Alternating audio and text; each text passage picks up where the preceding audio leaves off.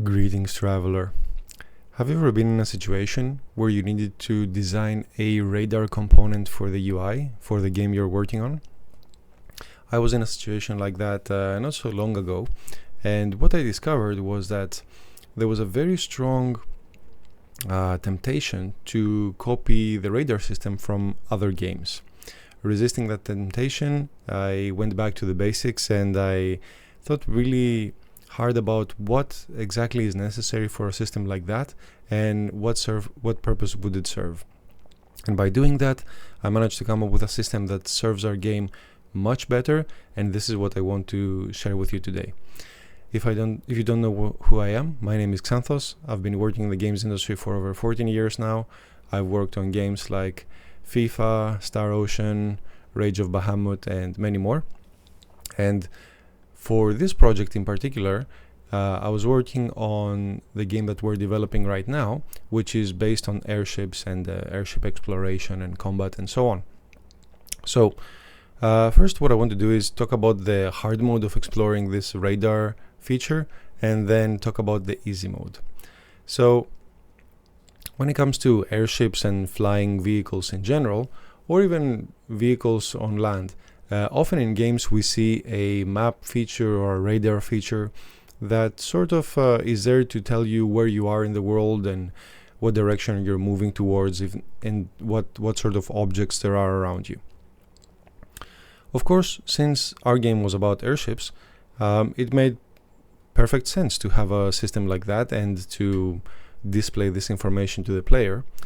However, if we were to simply copy this system from other games and say, okay, radar sounds good, airships, make sense that they would have a radar, they're flying vehicles. What's the easiest, the most direct way of implementing a feature like that? Here is the temptation that I mentioned before, for simply seeing how other games do it and copying the system like that. So copying the system as it is present in a different game. Of course, this has the advantage of being very easy to implement, or maybe it seems faster to implement than designing things from scratch.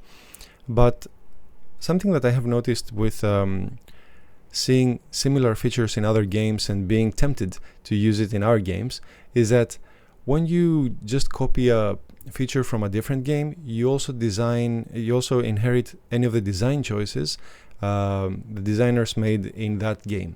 So of course that feature may work well for this other game, but when you copy it just like that and use it in your game, you'll find that there's many parts that don't make sense in that feature if it's implemented as is in your game. So here the temptation would be to implement a simple looking map for the radar and have icons for areas of interest and so on. But as soon as I thought about it, I started finding all these cases and all these features that radars in other games have that wouldn't quite match what we're going for here. So to describe the situation a little better, in our game there would be an airship flying through this post-apocalyptic terrain. There would be destroyed buildings, and there would be lots of water in the stage and lots of areas to explore. And the player would benefit from having a radar to rely upon for information. However, I thought that there's all these other elements that come together with radar features in other games, so I simply resisted the temptation in this case to copy a system as is, and I thought, well, what if we don't need a radar in our game? What if all this information can be conveyed otherwise? So I continued with the design of this game until it came to a point where, and to better explain why copying it like that would have been the hard mode, that's because having copied all these features over, then it would be very hard for the team to find a use for all these inherited features and little visual cues. So anyway, we continued with the development, and having no radar in the UI, eventually we came upon the case where, even though there was plenty of areas of interest inside the level and for the player to explore. So that would take the form of wreckages, places to gather resources, enemies trying to hide from the player, and so on. The problem was that in many cases those were not immediately visible as the player looked around the stage with the camera. Namely because many of these points of interest would be hidden behind buildings. So since the level was full of destroyed buildings, then none of them would be particularly obvious to the player that, maybe there's something interesting behind this one versus all the other ones in view.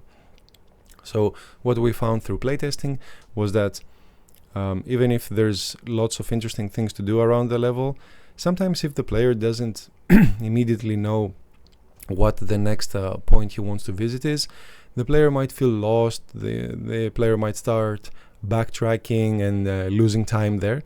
And then we knew we had found our use case for much needed radar feature in this case. And because we had this very clear use case for the player not knowing what to do next, or having no immediate objective to pursue, then we were in fact in the easy mode of designing this, and we knew exactly which elements we need to make the radar work in our game. So let me quickly walk you through the basic design of it. So imagine that the player is flying around this destroyed city, this post-apocalyptic terrain, and he's looking at his airship from third-person view, from a camera following the airship. And of course, the camera is free. You can look towards any direction, and the camera will always rotate around the ship. So here, we wanted to find a way to inform the player that even though they're not visible right now, there's resources behind this building to the right. And for example, even though that wasn't the case maybe a couple of minutes ago, right now there's an enemy trying to sneak up on you and come in from your blind spot behind you. And because he's behind a building, maybe you don't, even if you look around, you might not be aware of this enemy. So this was the basis for the radar system. So the radar feature would be a circular element on the UI like this, with the player in the middle. So this triangle here would show the player's heading. So the player would be moving towards the up direction. And these squares here would represent buildings inside the stage. So the player could sort of imagine where the airship is right now, relative to the world around him. What the player wouldn't know is what other areas of interest there are in the game.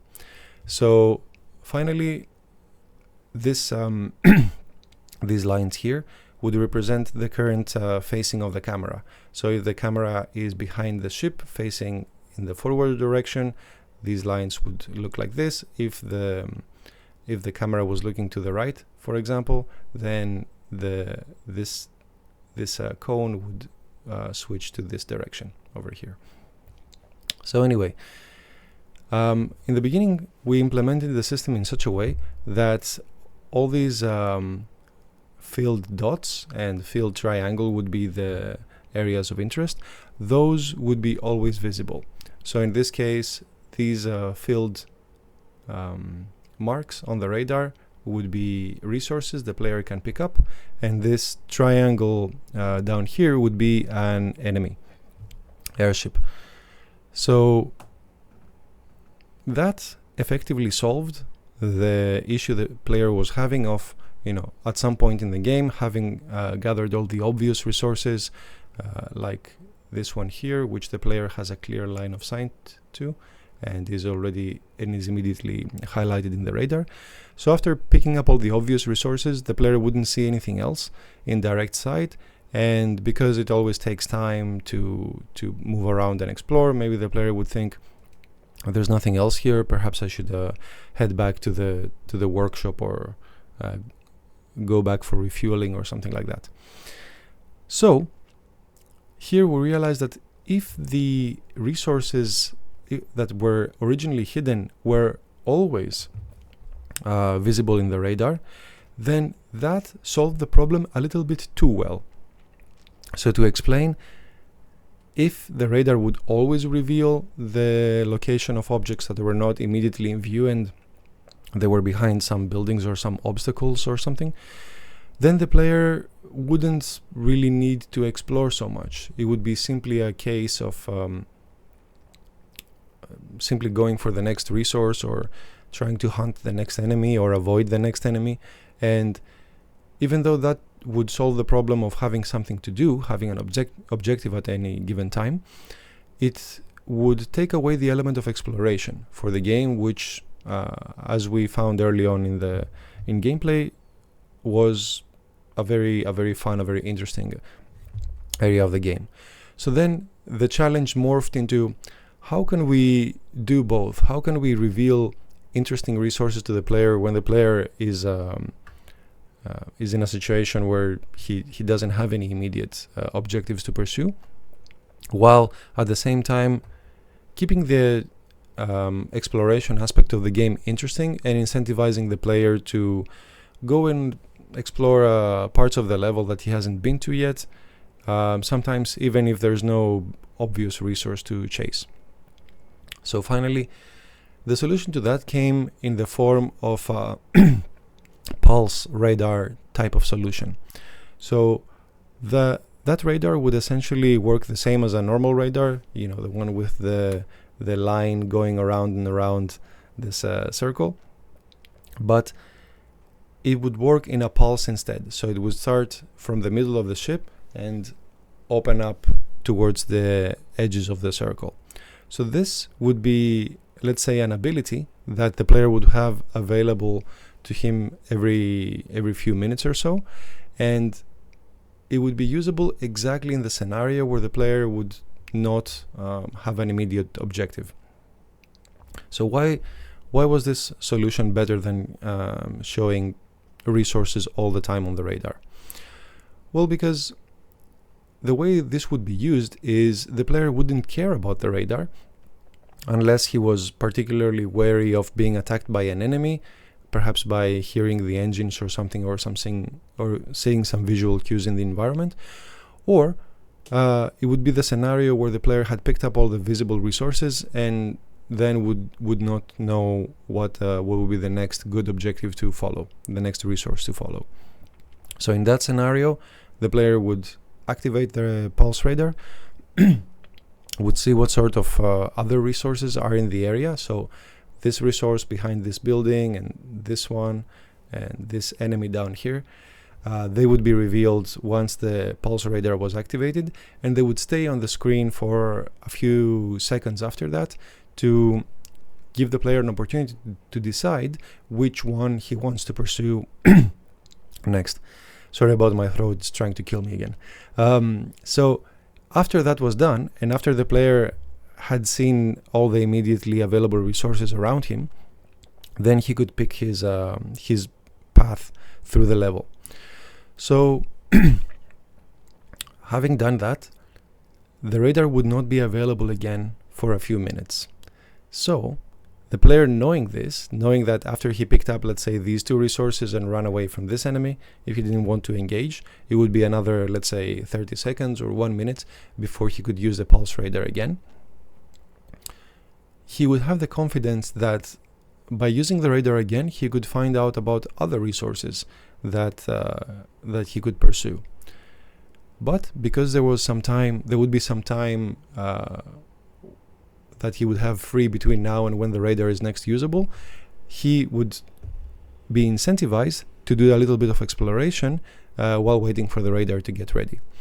So in this way, and of course through lots of playtesting, we found that this was a good balance between revealing objectives to the player and having a radar system that's interesting to the player, but not so interesting that it removes all incentive for exploration.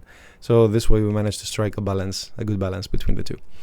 Anyway, that's a run through, I suppose, of how we use our radar feature And again, it might change again in the future, but hopefully this shows you how simply adopting a radar system from a different game would in fact make things more difficult for us in the long run, and how thinking about the requirements of this feature and exactly which problem it's supposed to solve, what's the use case for the feature, and so on, led us to a much more unique, much more suited for this game solution that ultimately helped the thing that's most important in the game, the player experience. So anyway, that's it for today. I hope this helps at least one other traveler out there. Thank you so much for watching, and as always, have fun.